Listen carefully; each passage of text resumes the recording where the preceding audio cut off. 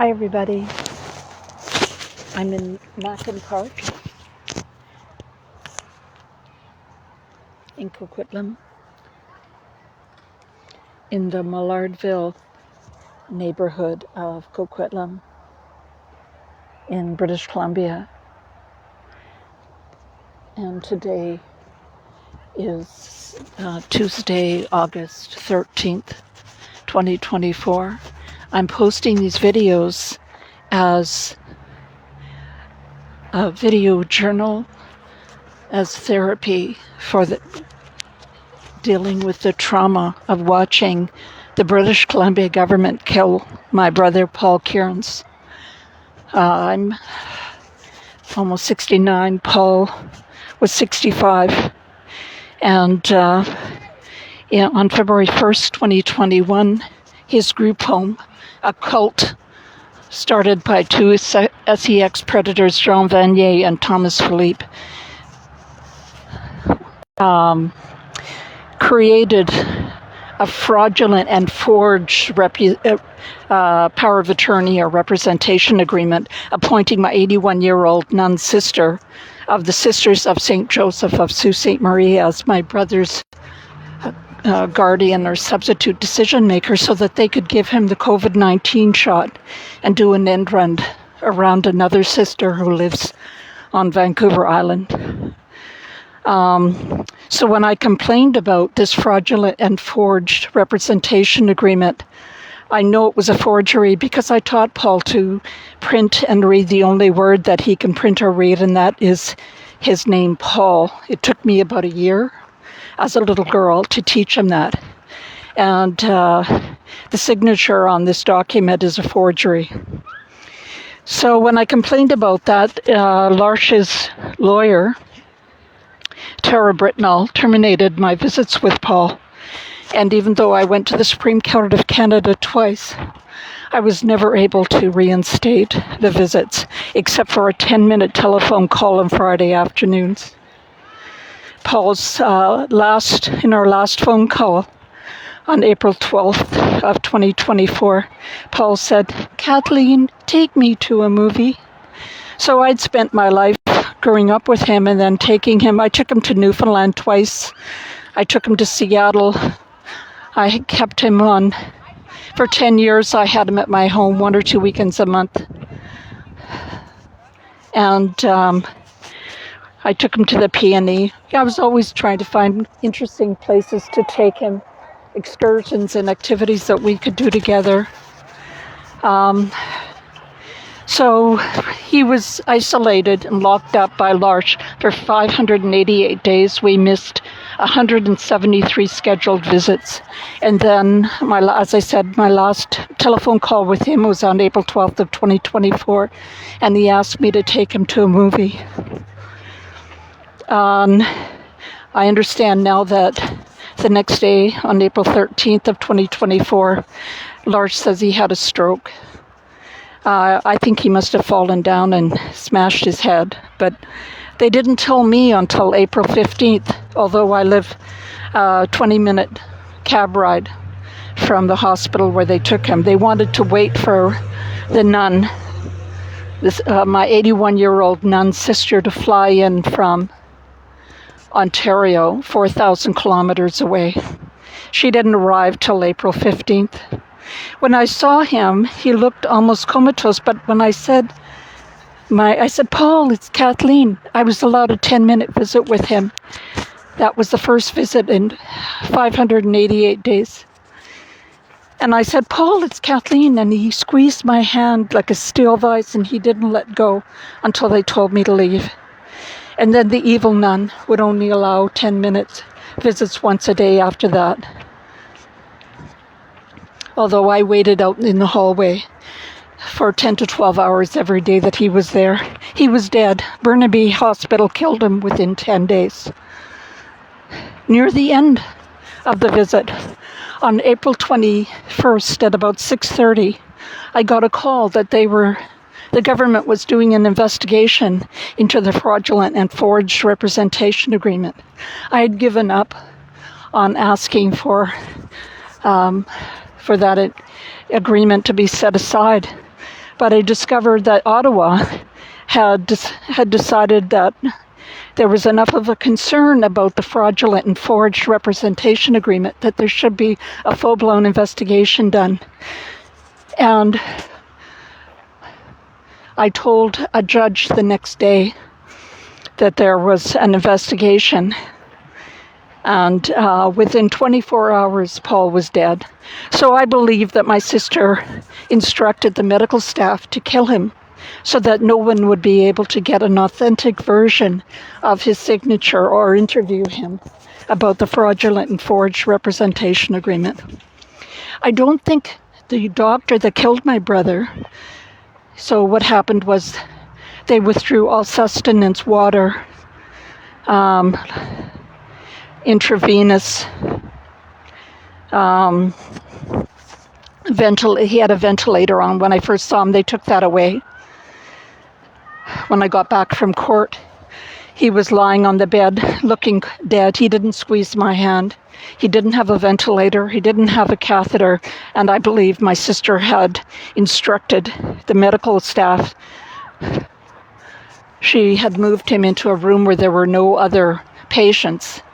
And she instructed this doctor, this sleazy little doctor, to kill my brother. Well, not to hold off on the painkiller. So Paul was struggling to recover. I had brought in a big, heavy book for him on Hollywood movie stars, and he had grabbed the book out of my hand and was turning the pages perfectly and focusing with his right hand and right eye. But after I went to court and told the judge that there was evidence of government involvement or investigation, I came back from court and my sister didn't look me in the eye. She just turned away and she said, "Say goodbye to Paul, he's dying." And he looked dead to me already. His ventilator was gone, the catheter was gone. There was no food. She had instructed the doctor to kill him.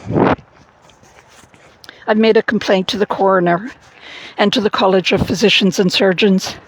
I've complained to every government body in British Columbia that you can complain to. And as far as I know, there's still investigation going on. As of this episode of my video journal, there's an investigation going on.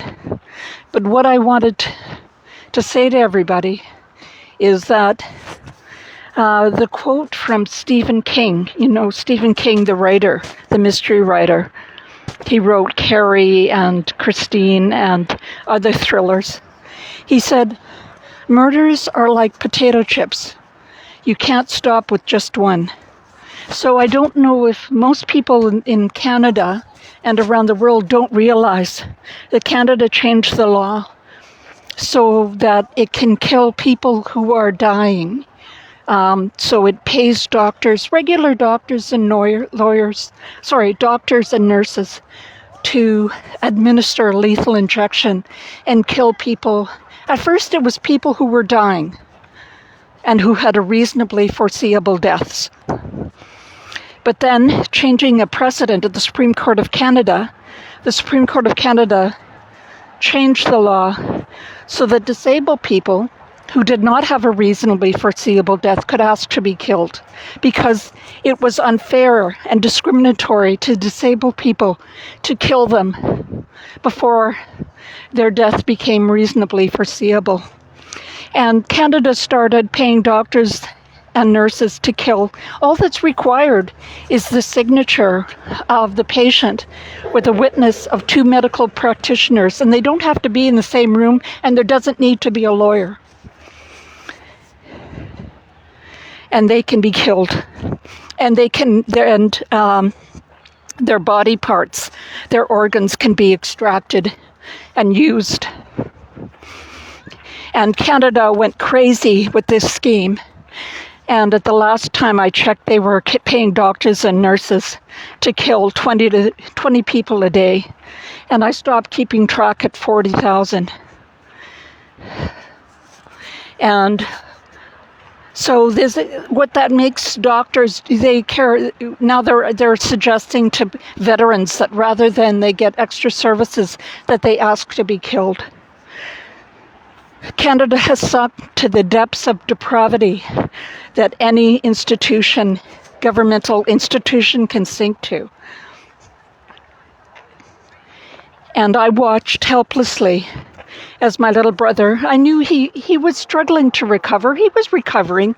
I don't know if he ever would have been at his same level of activity or competence, but he didn't want to die. I know him better than anyone.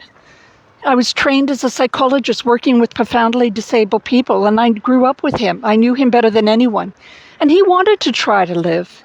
And he wanted to try and recover, as the vast majority of people who have strokes do.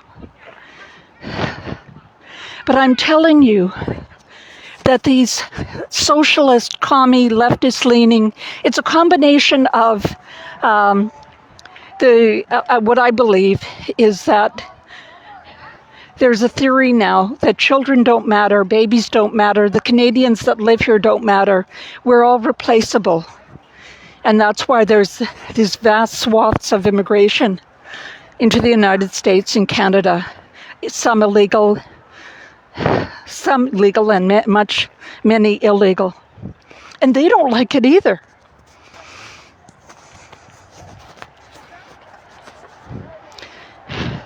But my little brother, it was the most helpless thing in the world. Here I was, trained as a psychologist, then trained as a lawyer, practiced as a federal prosecutor, and then 16 years as a family lawyer. And I watched helplessly as my evil nun sister, who's never contributed a dime towards anybody's welfare or a minute towards anybody's welfare in her life, gets to tell a doctor to kill my little brother against his obvious wishes to try and recover from the stroke. So when I see the left-leaning politicians, Jagmeet Singh was my brother's member of Parliament, and I wrote him. At one point I was writing him every single day. He never once contacted me or asked anything about my brother's situation. And Anne Kang, Jagmeet Singh, the leader of the New Democratic Party in Ottawa, was my brother's member of Parliament. And I wrote him almost every day asking for help. He never once contacted me. And currently, the government, the party that's in control of the British Columbia government, is the British Columbia New Democratic Party. There's going to be an election on October 19th of 2024. So in about 8 weeks, and I'm begging you to get out there and actively canvass and contact your Conservative or your BC United Party member. Find out who it is and vote, and bring 10 people with you to vote. We've got to throw these nasty socialist, commie, New Democratic Party members out. Throw them out on their ass. Throw them out on their ass. They killed my little brother. Anyways, it's a beautiful day. Paul, I miss you so much. We could have had so much fun this summer. I'm doing everything I can think of to try and get you a measure of justice and make the people that killed you pay. Take care, everybody. Have a wonderful evening.